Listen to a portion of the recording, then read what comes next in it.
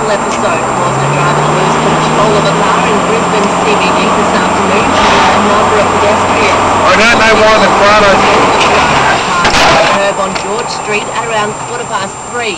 The forensic crash unit is on the scene and the road closed between Elizabeth and Adelaide Streets. Police responding to a call out on the Gold Coast last night were involved in a crash that left the vehicle on its roof. Jordan Fabris from 9 News.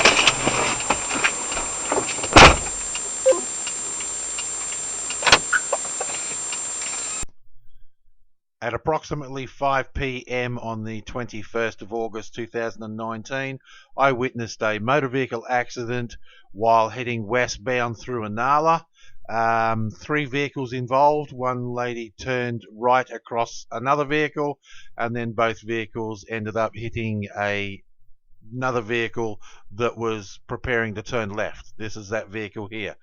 Luckily, no one was hurt.